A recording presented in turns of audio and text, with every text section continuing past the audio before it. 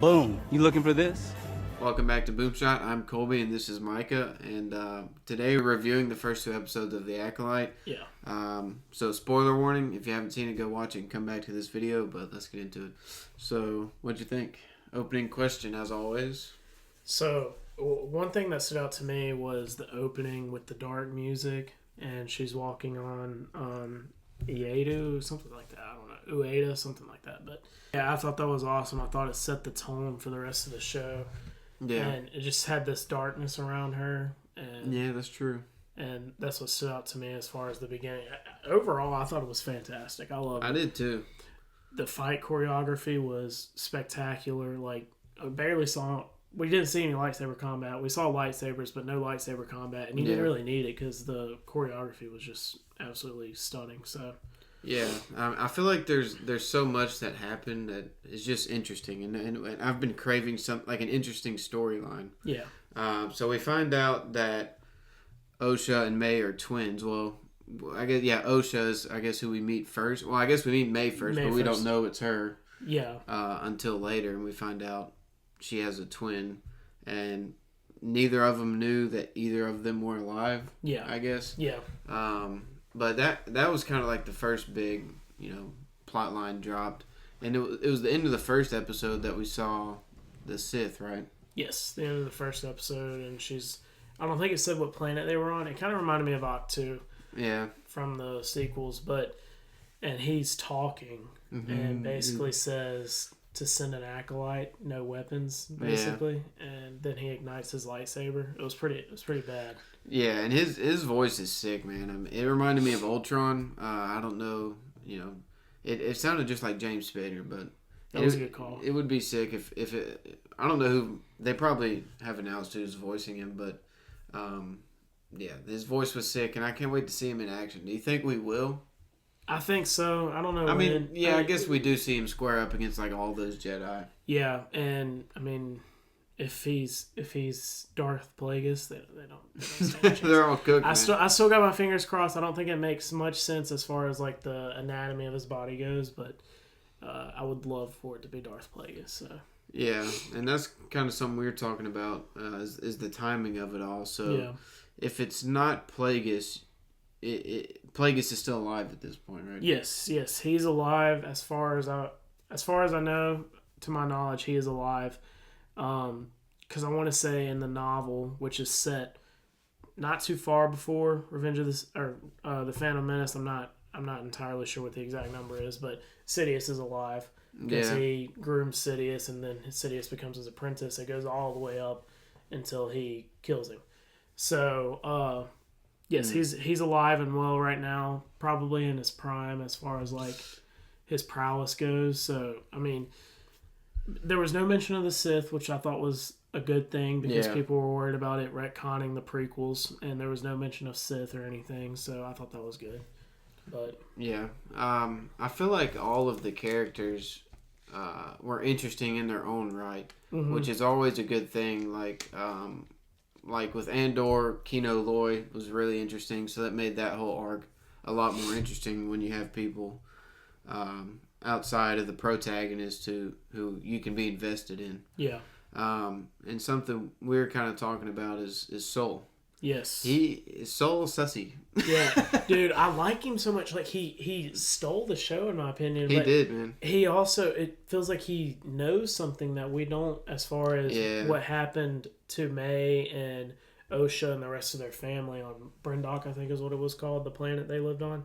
So yeah, it's certainly interesting. Yeah, because May was targeting four Jedi. She's effectively killed two of them. Yeah, and there's two more to go, and one of them was Soul. So and then the other one we got a little teaser at the end with the Wookiee Jedi. Yeah, Kelnaka. Yeah, and I hope he puts up a good fight. I mean, I guess odds are he dies, but all the fights we've seen like put up were pretty sick so far. Yeah. And a Wookiee Jedi fighting, dude, that'd be sick. Yeah.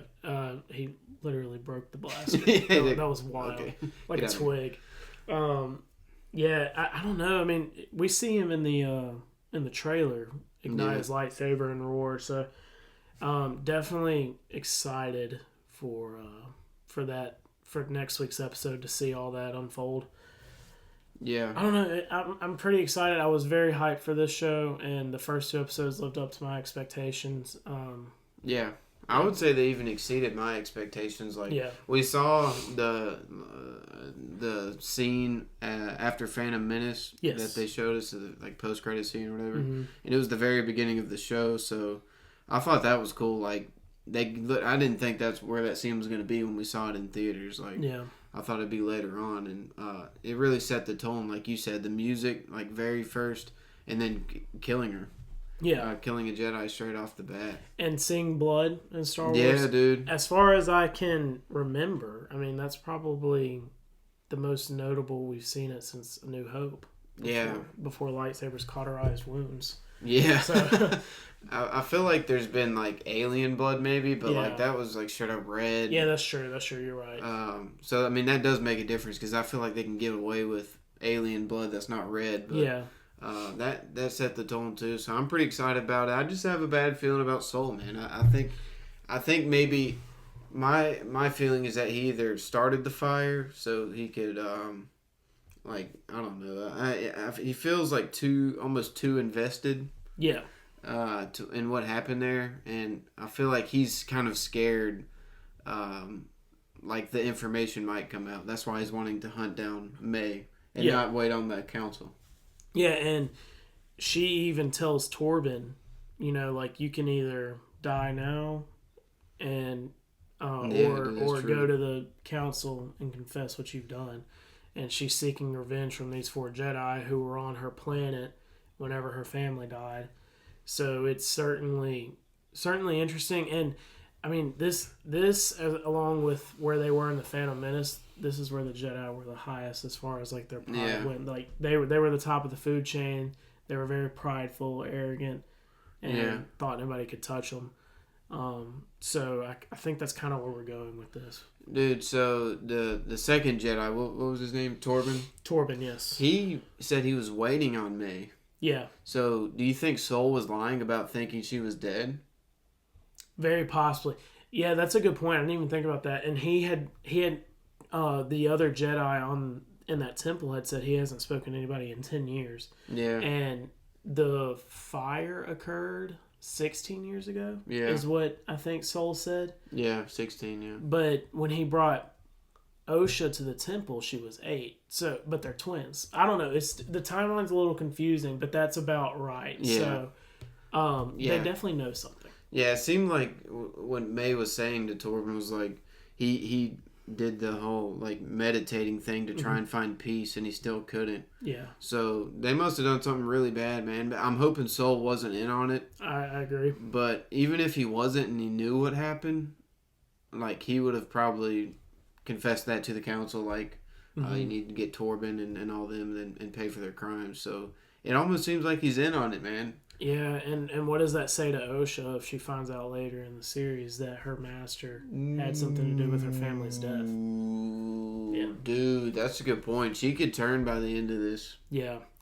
Also, can we just talk about how she completely fumbled the blast at the end? The stun? Was it on purpose or was she that bad? Like, just that out of training? I think she's out of training. They said like 6 months. Or 6 years. 6 years. Okay, that makes more sense. Yeah. That makes more sense. I was like, 6 months, dude. Like, come on, we got Obi-Wan over here. Well, she's Obi-Wan, but still, like, he cooks Vader in that show. Yeah, that's facts. That's facts, dude. But 6 years makes a little more sense. But still, I mean, you don't have to have the Force to use a blaster, dude. No, come on, no. And dude, she shot a radius this big. Like, come on. Yeah. I don't know. Maybe I don't know. I had a feeling she was gonna come in and like. Save May from Soul. Like what I thought was gonna happen. I guess it's too early in the show, but I thought May was gonna like tell Soul what like he did, and like you need to pay for this and explain it, and then Osha was gonna be on the line and hear it and be like, "Oh crap." Yeah. But it's too early, so it's probably better they didn't do that. We'll probably get a flashback or something. Yeah, I'm definitely, and we sort of did when she was following her sister on Karlak. Yeah. Before she knew she was alive, and she had the flashback to her home planet with the fire. Dude, what if something like their parents were like resistant to giving them up to be trained at such a young age, and Soul just kind of set fire to the place so he could train them. That's a good point. Like the 4 of them. That's a good point. I wouldn't doubt it, if I'm being honest. Yeah. Because, I mean, like, you look back and the Jedi did some questionable things. Like, yeah. I mean, they're obviously the good guy, but at the end of the day, they did do some very questionable things. So. Yeah, and I feel like Ahsoka put that into perspective because in live action, seeing how young Ahsoka was, I was kind of like, dang. Yeah, and she's fighting a war. You know, like as a teenager. So. I don't. Something's going on, man. I mean, I like that there's kind of this subplot, like mystery, because to me the most intriguing thing is like the Sith or whoever that is. But also now I'm almost just as intrigued to see like if Soul was involved because I already like his character so much. Yeah, he was the show stealer in my opinion. Like very fantastic, just overall. Yeah, and I haven't had a show as far as Star Wars goes in a while that just left me on the edge of my seat like this. I agree. Yeah. So I'm chomping at the bit for next week's episode. Yeah, I agree, and I wish they would do like 2 at a time at least, or like half, and then a couple weeks half again or something. Don't get me started on it. But yeah, we talk about it all the time. Yeah. But I guess it's a good thing that there's a show that has us, like you said, on the edge of our seats. So pretty excited for it. I guess Kale's gonna catch up when he can. Yeah. And we'll all if you want to be back. Yeah. We'll have you back, and then maybe the 3 of us can review the next episode. So, all right. But yeah, what would you give it out of 10 before we go? Oh, that's tough. The 2 of them combined, I guess. I'd give it a 9 out of 10. I think. I think so too. Yeah. There's a lot of unique things they did. I feel like that and even the way they framed certain shots was really cool.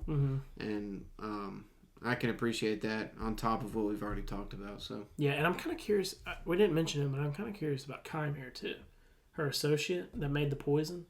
Because he had some pretty good hand-to-hand combat skills. Yeah, and he knows who the master is. Yeah. So that's interesting. There's something going on, and that part was sick too when he recognized that it was Osha and not May. Yeah, like I wonder if he's a Force user. Yeah. Because he's pretty keen. Yeah, that's true, dude. And that part was kind of bone chilling. Like when he said that, I thought stuff was about to go down. Yeah.